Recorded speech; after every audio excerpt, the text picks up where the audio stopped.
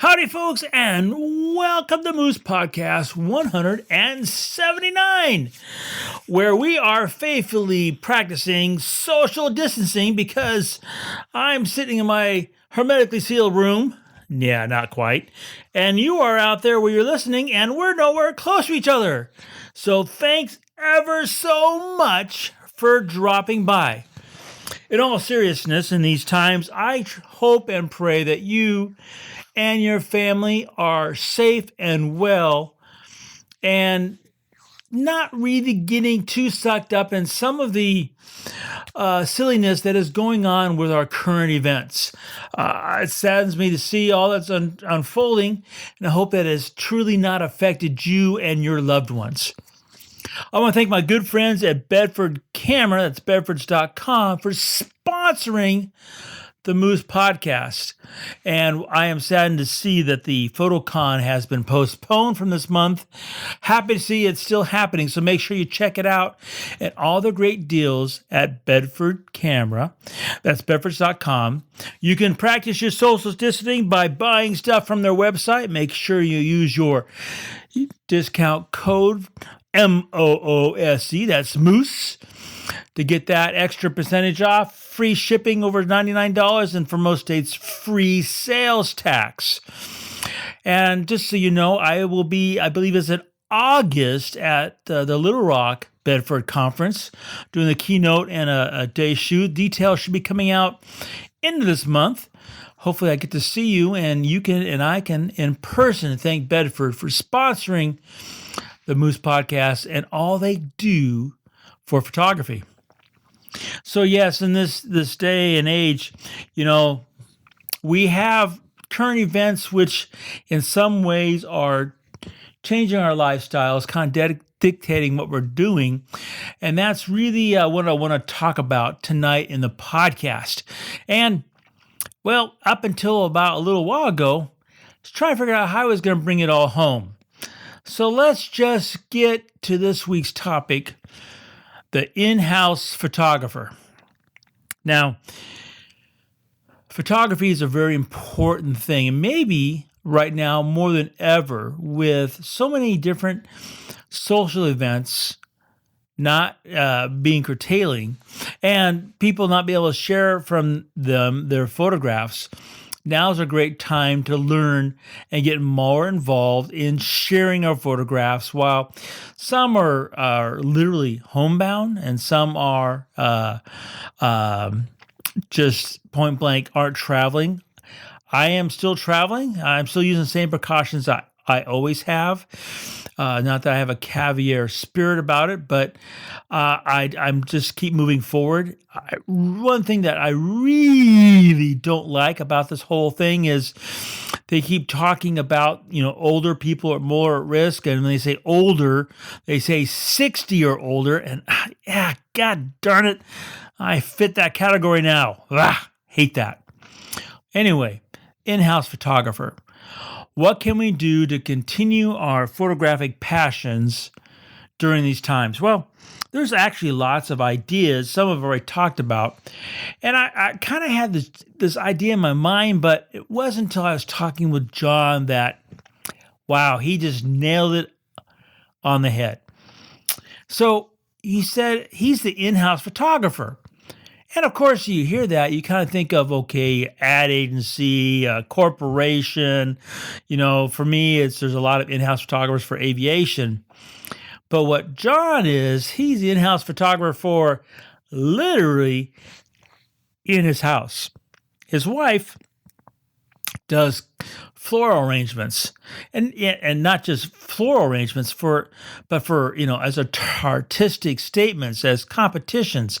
We're talking about high level, a bunch of stuff that, to be honest with you, went flying over my head, but was really intriguing. And he said he's the in-house photographer, as in he's responsible for taking her art, her communication, very much a 3D world, and bring it to film to share with others. I'm like, wow, is that not just, that's just incredibly cool. Now, here's the thing. It's 100% incredibly challenging. And so, if you want to get your mind off current times and feed your passion, there's no better recipe than finding something that truly would challenge you. How challenging? Well, how many flower photographs have you ever seen from me? You don't see them very often. And in fact, it's been a coon age since I can remember putting up a posy. And why? There's lots of reasons. The biggest one is it's mentally very challenging. So for myself, the first thing is photographing a flower means that you have to pull something way down from inside of you and pull it out. So it's not just a picture of a flower, it's got to be a photograph of a blossom. If you're stuck in your house, how you do that? Well, first you've got to get the flower, and that could be possibly, risking that social engagement, right? Get past that, you get that flower. Do you get the one flower? Do you get a bouquet? Do you get a sorted bouquet? Do you get a potted plant? You need to make that call. And I would first recommend that you go to the web and start looking up some beautiful flowers. I know some people are like, I don't do flowers. I'm right there with you. I don't do flowers. But I'm sitting there thinking, if I want to stay home because some states are being mandated. Some countries, there's literally an armed guard. I have a friend in Italy who's got armed guard in front of his house. He can't get out. Okay. What are you going to do? This could be it, because this will go by. Life will go on. This is not, we're not going to have a zombie apocalypse for July 4th. We just have to, do our thing and keep moving forward and challenge ourselves photographically. I can't think of a better way. So, for me personally, trying to photograph a pretty flower, a pretty bouquet, man, that is about right up there with having to go up and say hello and talk to somebody and take their portrait, as far as I'm concerned. So once you get that part, you've got the photographs, then you got to think about the light. Are you going to use, natural light? Can you just use bounce light out a window? Do you need to put a sheet over a window to get a direction from one side and a bounce card on the other? Are you going to use flash, one flash, two flash, a back flash? You're going to light a background? Are you going to do a solid black and do a high key? I mean, what if you do them all? Right? Think about all the possible challenges you have. And in John's case, he's got an art director, the worst kind. His wife. I've never met her. I'm sure she's a really sweet lady. But, a lot of photographers tend to, when they show the picture to their spouse says, oh, that's a really nice picture. Oh, that's a really nice picture, right? But when it's their work of art that you're photographing, you might not get that same comment. I'm just saying, right? They have, in this case, done an arrangement that fits a certain style of arrangements, and I didn't know there was that. And there's Japanese, American, all this kind of stuff. There are, of course, all these different flowers, exotic, common, kind of things. And then you're going to interpret someone else's real life sculpture in the form of flowers in your photograph. And then you've got to turn to that person who, perhaps cooks for you, earns money for you, hopefully loves you, and say, hey, I took your beautiful artwork and I made, ta-da, this picture. And they're going to go, or wow, or yeah, I don't know, right? So all of a sudden, you're now the in-house photographer, and that person in your home is the art director, the photo buyer, the client. It could change your relationship. Don't get divorced over it. And in that communication between the person who created that art and you as the photographer, that conversation will move your photography forward. I guarantee it. So you might think right off the bat, the challenge is going to be, where am I going to set it up? What kind of sweep am I going to do? Am I going to do narrow depth of focus or lots of depth of focus? Or am I going to have to learn focus stacking? There's all that photography stuff you're going to have to think about. But then there's going to be that moment when you're going to take it to the boss, the art director, the client, your spouse, and say, is this what you meant when you showed that to me? Am I telling your story about these flowers correctly? Now, it might not be flowers. Your better half could be a great cook, could be a home um, decorator.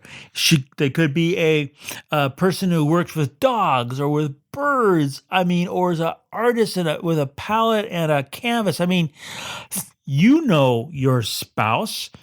I bet there's something they do. Maybe it's woodworking, it's carving. I mean, think about all the things that, we tend to do at home. Needlepoint. Think about all the possible subjects you have in your own home from your spouse, your best friend, your partner, that you could become the in-house photographer, pushing your photography forward in these days of social distancing, and still push that photography forward. It's like everything in life, there's going to be a challenge, right? And it depends on how we want to meet that challenge and beat that challenge and go past the challenge. It defines us a lot as a person. And I still think photography is one of the great ways of doing that. So you can take on this challenge and you can share this challenge, inspire others. And in that process, as a community, we can move everything forward and come out the other side better people. And I can't think of any better purpose to photography than as coming out as a better people, better community to go on past this in the next month or two.